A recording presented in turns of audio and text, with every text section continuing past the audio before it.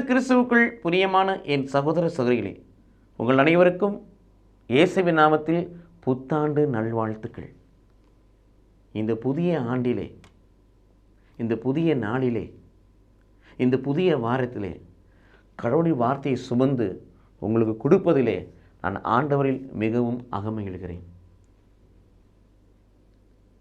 கடவுள் நம்மோடு பேசுவது நோயின்றி பேயின்றி ஆண்டவரில் வாழ. நோயின்றி பேயின்றி ஆண்டவரில் வாழ. ரெண்டு விஷயங்கள் தான் மனுஷனை பாடுபடுத்தும். ரெண்டு விஷயம் தான் மனுஷனை நிர்மூலமாக்கும். ரெண்டு விஷயம் தான் மனுஷனை துவம்சம் செஞ்சிடும். அது ரெண்டு விஷயம் என்னென்னா, ஒன்று நோய், இன்னொன்று பேய். ஆனால் இந்த புதிய ஆண்டிலே கடவுள் என்ன சொல்லி நம்மை அழைக்கிறார்? நீ நோயின்றி பேயின்றி என்னில் வாழ வேண்டுமா? நீ நோய் இல்லாமல் பேய் இல்லாமல் என்னோடு வாழ உன்னை நான் அழைக்கிறேன். நோய் இல்லாத வாழ்வை, பேய் இல்லாத வாழ்வை, ஆசீர்வாதம் உள்ள ஒரு வாழ்வை உனக்கு நான் கொடுக்க ஆசைப்படுகிறேன் என்று சொல்லி இந்த நாட்டிலே கடவுள் நம் ஒருவரையும் பெயர் சொல்லி அழைக்கிறார். பிரியமானவர்களே, இந்த ரெண்டுலேருந்து நாம் விடுபட்டோம்னா நாம் எப்பொழுதும் ஆண்டவரில் அகமகிழ முடியும். கடவுளுக்கு உண்டான பணிகளை அனுதினமும் செலுத்த முடியும். இந்த ரெண்டு தான் நம்ம கடவுள்கிட்டேருந்து பிரிக்கிறது. இந்த ரெண்டில் நாம் சிக்கி தவிக்கின்ற பொழுது தான் நமக்கு பலவிதமான பிரச்சனைகள் வருகிறது. ஆகவே நோயின்றி பேயின்றி, நோயின்றி பேயின்றி ஆண்டவரில் வாழ ஆண்டவர் அழைக்கும் இந்த குரலுக்கு நாம் செவிமடுப்போம். நோயின்றி வாழ எபேசியர் 6ஆம் அதிகாரம் 2 முதல் 3 வரை வாசிக்கிறோம். உன் தாய் தந்தையரை போற்று, உன் தாய் தந்தையரை போற்று, அப்பொழுது நீ நீடூழி நலமாய் வாழ்வாய். நம்ம பெத்த தாய் தகப்பனை தள்ளாடுகிற காலத்தில், தடுமாறும் காலத்தில், வயதான காலத்தில் வயதுகள் இல்லத்தில் கொண்டு சேர்க்காதபடி, முதியோர்களுக்கு சேர்க்காதபடி, வீட்டுக்குள்ளே வச்சு அடிமைப்படுத்தாதபடி, வார்த்தைகளால் அவர்களை புண்படுத்தாதபடி, அவர் தேவைகளை சந்திக்காதபடி, அவர்கள் மனம் கோணாதபடி, அவர்கள் மனம் புண்ணாகாதபடி, அவர்கள் மகிழ்ச்சியாக இருக்கப்பட்டு நாம் அவர்களை பேணி காக்க வேண்டும். அந்த வயதான காலத்திலே அதைத்தான் இங்கே சொல்லுகிறார். உன் தாய் தந்தையரை போற்று, பேணி வள, பாதுகாரு, பராமரி, வழிநடத்து, அவர் தேவைகளை சந்தி, வெறுக்காத, ஒதுக்காத, யார் யாரோ பேச்சை கட்டு அவங்கள எங்கேயாவது கொண்டு போய் சேர்க்காத. உன்னை பெற்ற அம்மாவையும் அப்பாவையும், ஒருவேளை அம்மா இல்லாமல் இருக்கலாம், இல்லை அப்பா அம்மாலாம் இருக்கலாம், இல்லை அம்மா அப்பா இல்லாமல் இருக்கலாம், ஒரு மாமனார் மாமியார் இருக்கலாம், இல்லை வேறு முதியோர்களும் ஒரு வீட்டில் இருக்கலாம். உன் தாய் தந்தையரை, உன்னை பராமரிப்பவர்களை நீ வயதான காலத்தில் போற்று, அவர்களை பாதுகாத்துக்கொள், அவர்களுக்கு ஆதரவாயிரு, அவர்களுக்கு ஆறுதலாயிரு, அவர் தேவையை சந்தி, அவர்கள் மனம் மகிழும்படியாக, அவர்கள் மனமகிழ்ந்துள்ள ஆஸ்வதிக்கும்படியாக நீ நடந்து கொள். அப்பொழுது நீ நோயின்றி நீடூழி, கொஞ்ச நாளில் ரொம்ப நாள் நீடூழி நலமாய் வாழ்வாய். நான் நலமாய் வாழ்வதற்கு, நாம் நலமாய் வாழ்வதற்கு நம்மை படைத்த பெற்றோர்களை, நம் இந்த உலகத்துக்கு கொடுத்த பெற்றோர்களை பாதுகாப்போம், அன்பாய் வழிநடத்துவோம். இரண்டாவது பிரியமானவர்களே, நோயின்றி வாழ விடுதலை பயணம் 23ஆம் அதிகாரம் 25 வாசிக்கிறோம். என்ன வார்த்தை?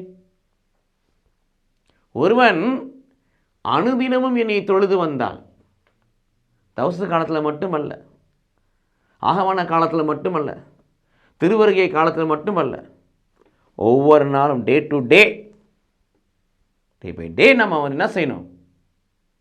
அவரை ஆராதிக்க வேண்டும். அதான் வார்த்தை எழுதப்பட்டுகிறது. விடுதலை பயணம் 23ஆம் அதிகாரம் 25 வாசிக்கிறோம்.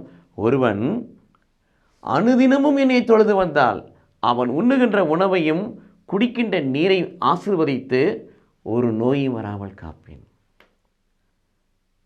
அவனுடைய ஆகாரத்தை, அவன் குடிக்கிற தண்ணீரை, அவன் சாப்பிடுகிற சாப்பாட்டை நான் ஆசீர்வதிக்கணும்.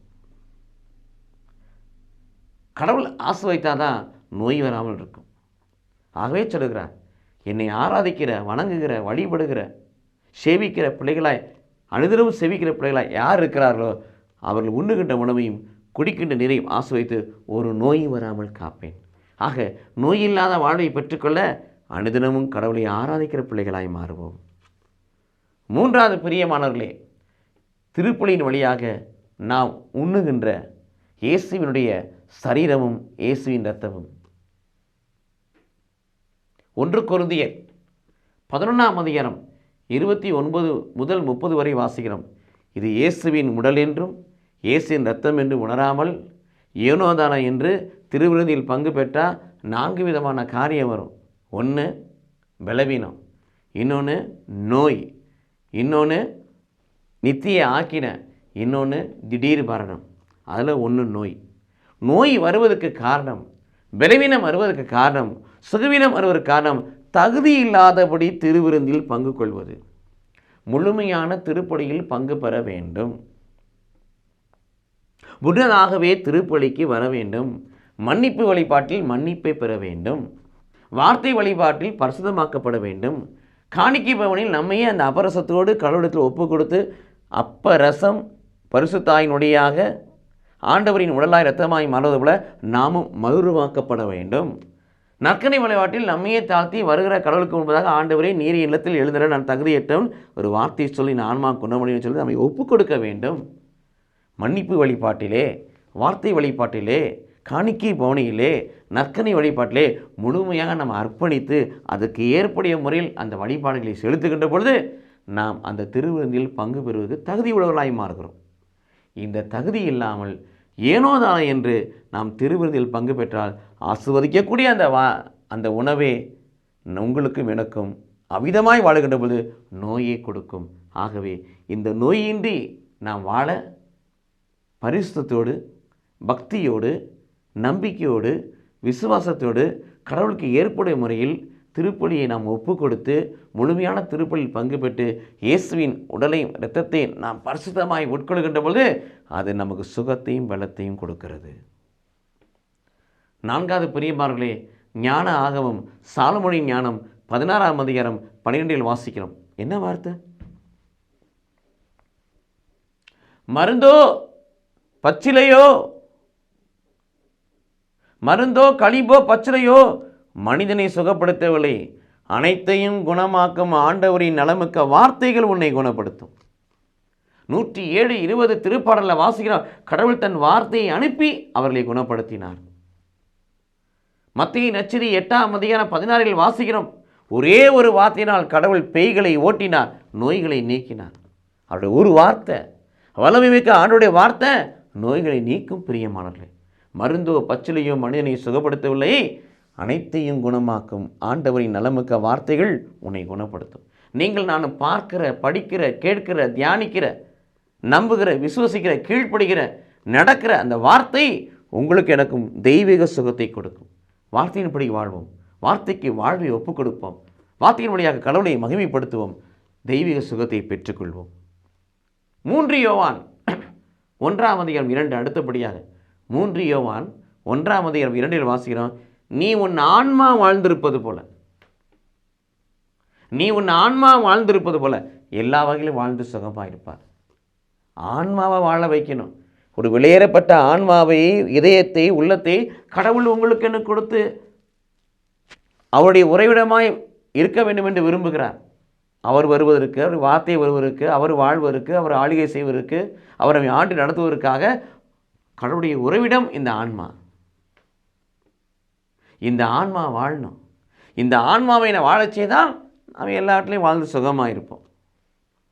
ஆனால் மத்தேயு 16:25 வாசிப்பது போல ஒரு உலகமெல்லாம் தனதாக்கி கொண்டாலும் தன் ஆன்மாவை இழந்து விட்டால் என்ன பிரயோஜனம்? உலகத்தை ஆதாயப்படுத்துகின்ற பொழுது, உலகத்தை தேடுகின்ற பொழுது, உலகத்தை நேசிக்கின்ற பொழுது, மண்ணாசை, பெண்ணாசை, பொன்னாசைக்கு அடிமையாகின்ற பொழுது, செல்வ செருக்கோடு வாழுகின்ற பொழுது, பண ஆசை எல்லா பாவங்களும் தீமை என்று 1 தீமோத்தி 6:10 வாசிக்கிறோம். பண ஆசைக்கு அடிமைப்படுகின்ற பொழுது, பொருளாசைக்கு அடிமைப்படுகின்ற பொழுது, உலகத்தை நோக்கி ஓடுகின்ற பொழுது, உலகத்தின் மீது பற்று வைக்கின்ற பொழுது, உலகத்துக்கு முகத்தை காண்பித்து கடவுளுக்கு முதுகை காண்பிக்கிற பிள்ளைகளாக எரேமியா 32:33 படி வாழுகின்ற பொழுது ஆன்மாவை நாம் இழந்து விடுகிறோம். எசேக்கியேல் 18:4 வாசிப்பது போல பாவம் செய்கிற ஆன்மா சாகவே சாகும். இழக்கிற ஆன்மா ஒரு வகையிலே இறந்து விடுகிறது. இது இயேசு கிறிஸ்துவுக்குள் பிரியமானே, ஆன்மாவை இழக்காதபடி, ஆன்மா இறக்காதபடி நாம் வாழ வேண்டும் என்று சொன்னால் இந்த ஆன்மாவை வாழ வைக்க வேண்டும். அப்போ தான் சுகம் கிடைக்கும். இந்த ஆன்மாவுக்கு உண்டான சமாதானம், அன்பு, இறைவார்த்தை, பரிசுத்த ஆவி, இயேசுவின் சரீரம், இயேசுவின் ரத்தம், இதெல்லாம் அந்த ஆன்மாவுக்குள்ளே இருக்கணும். இதை கொடுக்குற இயேசு எபேசியர் 3:17 பிரகாரம் நம்பிக்கையின் வழியாக இது இயேசு கிறிஸ்து உங்கள் உள்ளங்களில் குடிகொள்வராக. இயேசுவின் வார்த்தை மட்டுமல்ல, இயேசுவின் ஆவியானவர் மட்டுமல்ல, இயேசுவின் அன்பு மட்டுமல்ல, இயேசுவின் மகிமை மட்டுமல்ல, இயேசுவின் சரீரம் மட்டுமல்ல, இயேசுவின் ரத்தம் மட்டுமல்ல, இயேசுவே நமக்குள் வருகின்ற பொழுது இந்த ஆன்மா வாழும். கடவுளும் கடவுளுக்கு உரியதும் இந்த ஆன்மாவை தங்கி இந்த ஆன்மாவை ஆண்டு வழிநடத்தும் என்று சொன்னால் இந்த ஆன்மா வாழும். இந்த ஆன்மா வாழ வாழ நாம் எல்லாவற்றிலும் வாழ்ந்து சுகமாக இருப்போம். நோய் என்பது இல்லை. யாகப்பர் 5:15 வாசிக்கிறோம். நம்பிக்கை உள்ள ஜெபம், விசுவாசம் உள்ள ஜெபம் நோயாளியை குணமாக்கும். நம்பிக்கை தான். கடவுளத்தில் எதை கேட்கிறோமோ நம்பிக்கையோடு. அந்த பெரும்பாடு உள்ள பெண்ணை பற்றி நாம் அடிக்கடி விவிலியத்தில் வாசிப்போம். ஆண்டவரிடத்தில் கேட்கவில்லை, ஆனால் உள்ளத்திலே ஒரு முடிவை செய்து கொண்டார். ஆண்டவர் வல்லவர், ஆண்டவர் குணப்படுத்தக்கூடியவர், தன்னிடத்தில் வருகிற ஒருவரையும் புறம்பே தள்ளாதவர் ஆண்டவர், விரும்புகிறேன் என்று குணமாக்கக்கூடியவர் ஆண்டவர், செல்லுமிடலாம் நன்மை செய்யக்கூடியவர் ஆண்டவர், அவர் நிறைவானவர். நிறைவானவர் நம்முடைய வாழ்க்கையிலே வருகின்ற பொழுது குறைவுகள் மறைந்து போகும். இதையெல்லாம் தன் உள்ளத்தில் சிந்தித்து நான் போய் அவர்கிட்ட கேட்க மாட்டேன், மன்றாட மாட்டேன், ஆனால் வல்லமைக்க கடவுளை நான் விசுவசிக்கிறேன், அவர் ஆடைய நம்பிக்கையோடு தொடுவேன், அவ்வளோதான்.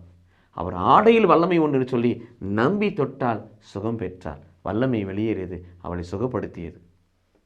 நம்பிக்கை. தொட்டத்துக்கே இவ்வளோ நம்பிக்கிறேன்னா நம்பிக்கையோடு விசுவசித்தா எவ்வளோ சுகம் நமக்கு கிடைக்கும். அதுதான் இங்கே வாசிக்கிறோம். யாகப்பர் 5:15 நம்பிக்கையோடு கூடிய ஜெபம், விசுவாசத்தோடு கூடிய ஜெபம் நோயாளியை குணப்படுத்தும். தொழுநோயாளி நம்பிக்கையோடு, ஆண்டவரே நீர் விரும்பினால், நம்பிக்கையோடு கேட்குறான், நீர் விரும்பினால் என்னை குணமாக்க முடியும். ஆண்டவர் அவன் மீது பரிவு கொண்டு கையை நீட்டி அவனை தொட்டு சுகப்படுத்தினார். ஆக நம்பிக்கையோடு நாம் மன்றாடுவோம், விசுவாசத்தோடு ஜெபிப்போம், கடவுளால் இது கூடும் என்று நம்பி ஜெபிப்போம். அப்பொழுது நம் வாழ்க்கையில் இருக்க நோய்கள்லாம் நீங்கி போகும். கடைசியாக பிரியமானவர்களே, 1 கொரிந்தியர் 13:10 வாசிக்கிறோம். நிறைவானது வருகின்ற பொழுது, நிறைவானது வருகின்ற பொழுது குறைவானது மறைந்து போகும். நம்முடைய வாழ்க்கையில் நிறைவானது, ஆண்டவர் விரும்புகிற வாழ்வு, அன்பு வாழ்வு, மன்னிப்பு வாழ்வு, தூய்மை வாழ்வு, நேர்மை வாழ்வு, இதெல்லாம் நம்ம வாழ்க்கையில் வரணும். இதெல்லாம் நம்ம வாழ்க்கையில் கடந்து போகணும். இவற்றோடு நாமும் கடந்து செல்ல வேண்டும். ஆண்டுடைய வார்த்தை, ஆண்டுடைய ஆவி, ஆண்டுடைய அன்பு, ஆண்டுடைய மகிமை, ஆண்டுடைய வல்லமை நமக்குள் வருகின்ற பொழுது, நிறைவானது நமக்குள் வருகின்ற பொழுது குறைவானது மறைந்து போகும்.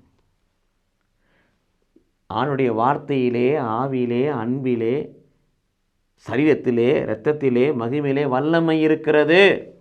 இவற்றை நாம் சுமக்கின்ற பொழுது, இவற்றை நாம் சுவைக்கின்ற பொழுது, நிறைவானது நமக்குள் வருகின்ற பொழுது நோய் என்னும் குறை வெட்கப்பட்டு வெளியேறும். நிறைவானது வருகின்ற பொழுது குறைவானது மறைந்து போகும். நோயின்றி வாழ கடவுள் கொடுக்கக்கூடிய வழிமுறைகள் பிரியமானவர்களே. அடுத்தபடியாக பேயின்றி வாழ வேண்டும்.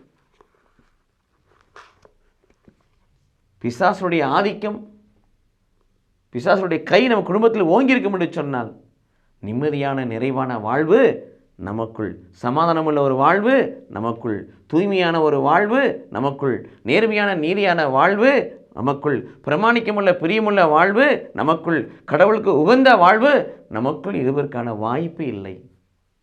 ஆகவே நோயின்றி வாழுகிற நாம் பேயின்றி ஆண்டவரில் வாழ வேண்டும். ஆம், மார்க்கு நற்செய்தி 16:17 வாசிக்கிறோம். கடவுள் மீது நம்பிக்கை கொள்வர்கள் பேய்களை ஓட்டுவார்கள். பிரைஸ் எல்லாம்.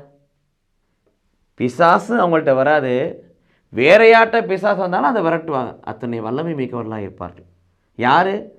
கடவுள் மீது நம்பிக்கை கொண்டோர்.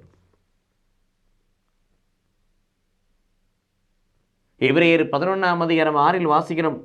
கடவுள் இருக்கிறார் என்றும் தம்மை தேடுகிற பிள்ளைகளுக்கு கைமாறு அளிக்கிறார்னு சொல்லி நாம் நம்பணும். யோவான் நற்செய்தி 3:15-16 வாசிக்கிறோம். மண்மகனில் விசுவாசம் கொள்ளும் எவரும் முடிவில்லா வாழ்வை பெறும் பொருட்டு தன் ஒரே பேரான மகனே இந்த உலகிற்கு அளிக்கும் அளவுக்கு கடவுள் உலகின் மீது அன்பு கூறுகிறார். நம்முடைய நம்பிக்கையை, நம்முடைய விசுவாசத்தை உலகத்தின் மீது அல்ல, உலகத்தின் வல்லமை மீது அல்ல, உலகத்தின் மனிதர்கள் மீது அல்ல. மனிதரை நம்புகிறவன் சபிக்கப்பட்டவன், ஆண்டவரை நம்புகிறவன் பேறு பெற்றவன். நம்முடைய நம்பிக்கையெல்லாம் கடவுள் மீது வைக்கின்ற பொழுது, நம்பிக்கை கொண்டவராய் விசுவாசம் கொண்டவராய் வாழுகின்ற பொழுது அவர்களுக்குள் ஒரு ஆற்றல் வருகிறது. என்ன? பேய் அவங்கள்ட்ட வராது. வேற யார்கிட்ட பேய் வந்தாலும் அதை ஓட்டுகிற வல்லமை அவர்கள் பெற்றுக்கொள்வார்கள். அதை பேயின்றி வாழ ஆண்டவரில் நம்பிக்கை கொள்வோம். மல்கியா 4:2-3 வாசிக்கிறோம். தெய்வ பயம் உள்ளோர் யாவர் மீதும் நீதியின் சூரியன் உதிப்பார். தெய்வ பயம் உள்ளோர் யாவர் மீதும் நீதியின் சூரியன் உதிப்பார். அவருடைய சிறகுகளின் சட்டைக்குள் ஆரோக்கியம் உண்டு. அவர்கள் தொழுவத்திலிருந்து ஓடுகிற கன்றுக்குட்டிகளை போல ஓடுவார்கள். துன்மார்க்கனாகிய பிசாசை காலால் மிதிப்பார்கள். என்னுடைய உள்ளங்காலில் அவன் சாம்பலாவான். நம்முடைய உள்ளங்காலில் பிசாசை சாம்பலாக்கக்கூடிய வல்லமை கடவுள் நமக்கு கொடுக்குறார். எப்போ? தெய்வ பயம் உள்ளவர்களாய் வாழணும், கடவுளுக்கு அஞ்சி வாழணும். உலகத்துக்கு அல்ல, உலக மனிதருக்கு அல்ல, கடவுளுக்கு பயப்படுகிற வாழ்க்கை, கடவுளுக்கு அஞ்சி வாழ்கிற வாழ்க்கை. கடவுளுக்கு நாம் பயப்படுகிறோம், கடவுளுக்கு அஞ்சுகிறோம் என்பதற்கு என்ன அடையாளம்? அப்படி வார்த்தைக்கு கீழ்ப்படிவது, தீமையை விலக்கி நன்மையை பற்றிக் கொள்வது, இருளை விலக்கி ஒளியை பெற்றுக்கொள்வது, பெருமையை விலக்கி மனத்தாட்சியை பெற்றுக்கொள்வது, பொய்யை விலக்கி உண்மையை பற்றிக்கொள்வது. இதுதான் தெய்வ பயம். இத்தகைய தெய்வ பயம் உள்ள பிள்ளைகளாய் நீங்கள் நான் வாழ்கின்ற பொழுது நீதியின் சூரியனாய் ஆண்டவராய் இயேசு கிறிஸ்து நம் மீது உதிப்பார். நம்முடைய வாழ்க்கை அனலாய் மாறும், நம்முடைய வாழ்க்கை எலியாய் போல நெருப்பாய் மாறும். நம் உள்ளங்காலில் அவன் மிதிப்பட்டு பிசாசானவன் சாம்பலாவான். பேயின்றி வாழ தெய்வ பயம் உள்ளவர்களாய் மாறுவோம். 3வது பிரியமானவர்களே, ரோமர் 16:19-20 வாசிக்கிறோம். நன்மை செய்வதில் ஞானிகளாகும், நன்மை செய்வதில் ஞானிகளாகும், தீமை செய்வதில் பேதைகளாயிருங்கள். அப்பொழுது கடவுள் சாத்தானை மிதித்து உங்கள் காலடியில் போடுவார். பாம்பு அடித்து காலில் போகிற மாதிரி சாத்தானை மிதித்து உங்கள் காலில் போட்டுருவார். எப்போ? நாம் நன்மை செய்வதில் ஞானிகளாக இருக்க வேண்டும், தீமை செய்வதில் பேதைகளாக. தீமைனா என்னன்னு தெரியாமல் இருக்கணும். ரோமர் 12:21 வாசிக்கிறோம் அல்லவா? தீமையை தீமையால் வெல்லாதீர்கள், தீமையை நன்மையால் வெல்லுங்கள். ஆமோஸ் 5:14 வாசிக்கிறோம் அல்லவா? தீமையை தேடாதீர்கள், நன்மையை தேடுங்கள், நன்மை செய்ய கற்றுக்கொள்ளுங்கள், அப்பொழுது ஆண்டவராகிய கடவுள் உங்களோடு இருப்பார்.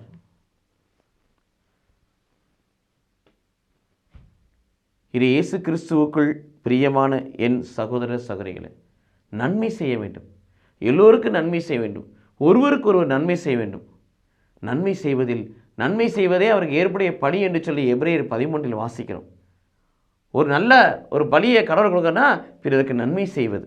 ஆகவே நன்மை செய்வதில் நான் ஞானிகளாக இருப்போம் என்று சொன்னால், நன்மை செய்வதில் சிறந்தவர்களாக இருப்போம் என்று சொன்னால், ஆள் பார்க்காதபடி, நிறம் பார்க்காதபடி, அந்தஸ்து பார்க்காதபடி, ஜாதி பார்க்காதபடி, ஏற்றத்தாழ்வு பார்க்காதபடி, கடவுளால் படைக்கப்பட்ட சக படைப்பு என உணர்ந்து ஆவியிலேயோ ஆத்மத்திலேயோ சரீரத்திலேயோ உலகத்திலேயோ உடலிலோ குறைபடுகின்ற பொழுது நம்மால் இயன்ற அந்த உதவிகளின் நன்மைகளை பிறருக்கு செய்யக்கூடிய பிள்ளைகளாய் மாறுகின்ற பொழுது நன்மை செய்வதில் ஞானிகளாகவும் தீமை செய்யாத பிள்ளைகளாக இருக்கின்ற பொழுது சாத்தானை மீது கடவுள் நம் காலடியில் போடுவார். பேயின்றி வாழ்கின்ற வாழ்க்கை நமக்கு கிட்டும். மட்டுமல்ல பிரியமானவர்களே, நமக்கு சகல அதிகாரத்தை கடவுள் கொடுத்திருக்கிறார். அந்த லூக்கா 19:10-19 வாசிக்கிறோம். தேள்களையும் பாம்புகளையும் மிதிக்கவும் பேய்களை ஓட்டவும். நமக்கு பகைவரை வெல்லக்கூடிய வல்லமையை கடவுள். பகைவன் என்று சொன்னால் பிசாசானவன் நமக்கு பகைவனாக இருக்கிறான். தீய ஆவிகள் தேளும் பாம்புமாக இருக்கிறது. இவற்றையெல்லாம் தீமையெல்லாம் பகைமையெல்லாம் ஒழிக்க தேவையான அதிகாரத்தை லூக்கா 9:1 வாசிப்பது போல பேய்களை ஓட்டுகின்ற அதிகாரத்தை இயேசுவின் நாமத்தில் பேய்களை ஓட்டு அதிகாரத்தை கடவுள் கொடுத்துக்கிறார். அந்த இயேசு நாமத்தை தொழுது கொள்கின்ற பொழுது, வழிபடுகின்ற பொழுது, ஆராதிக்கின்ற பொழுது, வணங்குகின்ற பொழுது, நம்புகின்ற பொழுது அந்த இயேசு நாமத்தின் வல்லமை பேய் இல்லாத வாழ்க்கையை நமக்கு கொடுக்கிறது. ரோமர் 8:31 வாசிக்கிறோம். அங்கே பவுலுடையார் சொல்லுவார், கடவுள் என் பக்கமாய் இருக்கிற பொழுது, கடவுள் என் சார்பாய் இருக்கின்ற பொழுது எனக்கு எதிராக நிற்கக்கூடிய மனிதன் யார்? மனுஷன் நேராக, பிசாசு நேராக யார்ட்டே வராது. எந்த மனிதன் பலவீனமாக இருக்கானோ அவனுக்குள்ளே இருந்து தான் அது பேசும், அது பிரச்சனையை கிளப்பும். அதனால தான் இங்கே பிசாசுன்னு சொல்லாமல் பலவீனமான மனிதனை, பாவமான மனிதனை, தீமையான மனிதனை பயன்படுத்துகிற பிசாசை இப்படி அழைக்கிறார். கடவுள் என் பக்கமாக இருக்கிறார், கடவுள் என் சார்பாக இருக்கிறார், எனக்கு எதிராக நிற்கக்கூடிய மனிதன் யார்? எனக்கு எதிராக இருக்கக்கூடிய பிசாசு யாருன்னு சொல்கிறார். இது இயேசு கிறிஸ்துவுக்குள் பிரியமானே. அப்போ கடவுள் என் பக்கமாக இருக்குன்னா நான் அவர் பக்கமாக இருக்கணும், நான் கடவுளை தேடணும், நான் கடவுளை தேடக்கூடிய மகனாக இருக்க வேண்டும். ஆமோஸ் 5:6 வாசிக்கிறோம், ஆண்டவரை தேடுங்கள் நீங்கள் பிழைப்பீர்கள். ஏசாயா 55:6 வாசிக்கிறோம், அங்கே அருகில் உள்ள போதே அவரை தேடுங்கள் என்று ஆண்டவர் சொல்லுகிறார். நீதிமொழி 8:17 வாசிக்கிறோம், ஆண்டவரை அதிகாலமே தேடுகிறவன் அவனை கண்டடைவான் என்று சொல்லுகிறார். இது இயேசு கிறிஸ்துவுக்குள் பிரியமானவர்களே. திருப்பாடல் 145:18 வாசிக்கிறோம், தம்மை நோக்கி கூவி அழைக்கிற யாவருக்கும் தேவன் அருகில் இருக்கிறார், தம்மை உண்மையாய் கூவி அழைக்கிற யாவருக்கும் தேவன் பக்கத்தில் இருக்கிறார். இத்தகைய அனுபவத்துக்குள் நாம் கடந்து போகின்ற பொழுது நம் ஆண்டவர் நம் அருகே இருப்பார், நம் பக்கமாக இருப்பார், நம் சார்பாக இருப்பார், நமக்காய் யுத்தம் செய்வார், நமக்காய் வழக்காடுவார், நமக்கு எதிராக உருவாக்கப்படுற ஆயுதங்கள் வாய்க்காமல் போகும். பிரியமானவர்களே, ஆண்டவர் நாம் சார்பாக இருக்க நாம் அவரை சார்ந்திருப்போம். பேய் இல்லாத வாழ்க்கை நம்மளோட வாழ்க்கையிலே நிலைக்கும். செபனியாஸ் 3:15 வாசிக்கிறோம், ஆண்டவர் உங்கள் நடுவில் இருக்கிறார், இனி தீமையே காணாதிருப்பீர்களா. தீயவனையோ தீமையோ காணாத பாக்கியத்தை பெற்றுக்கொள்ள வேண்டும் என்று சொன்னால் யார் நடுவில் இருக்கணும்? கடவுள் நம் நடுவில் இருக்க வேண்டும். இது இயேசு கிறிஸ்துவுக்குள் பிரியமான சகோதர சகோதரிகளே, கடவுள் நம் நடுவில் இருக்க வேண்டும், நம் உள்ளத்தில் இருக்க வேண்டும். யோவான் நற்செய்தி 14:23 வாசிக்கிறோம், ஒருவன் எனக்கு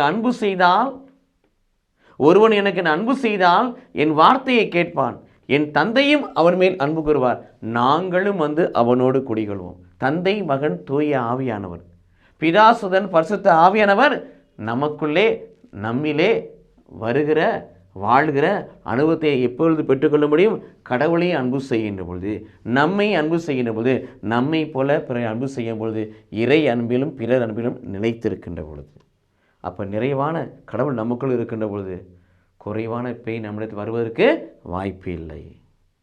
எல்லாவற்றுக்கும் மேலாக கடைசியாக பிரியமானவர்களே, மார்க்கு 9:29 வாசிக்கிறோம், இவ்வகையான பேய்கள் ஜெபத்தினால் அன்றி உபகாசனால் அன்றி போவாது. ஏன் இந்த பேய்களை ஓட்டம் இல்லை கேட்குறாங்க சீடர்கள். இது ஒரு வகையான பேய், இந்த பேயை நீ ஓட்டுன்னா வெறுமனை நாமத்தை சொல்கிறதுனால ஓடாது, மாறாக நீங்கள் உபகசித்து ஜெபிக்க வேண்டும். ஜெபத்தோடு கூடிய உபகாசத்தோடு கூடிய ஜெபம் இருக்க வேண்டும்.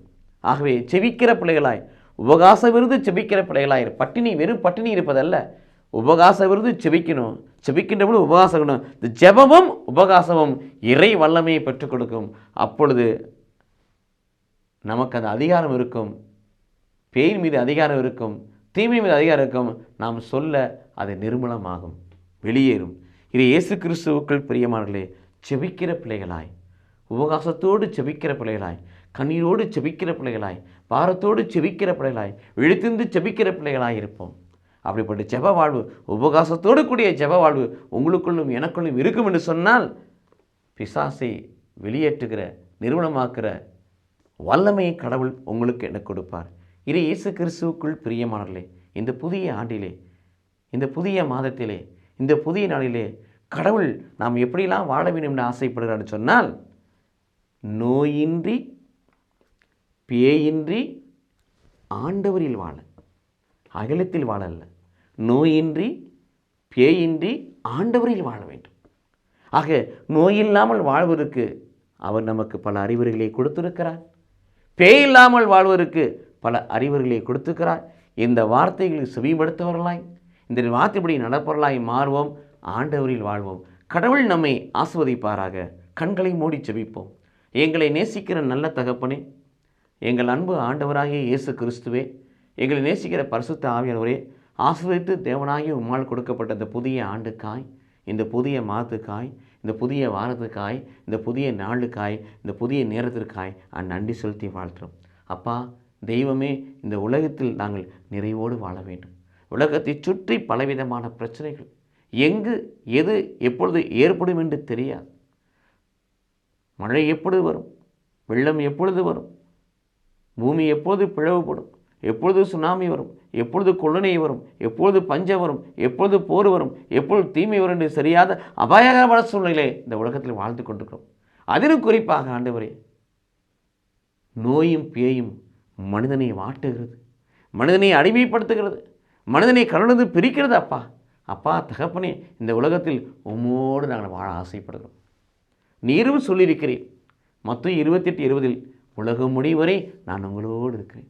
நீ சொன்ன அந்த வார்த்தை, நீர் எங்களோடு இருப்பதற்கு நாங்கள் நோயில்லாமல் பேயில்லாமல் வாழ வேண்டும் ஆண்டவரே.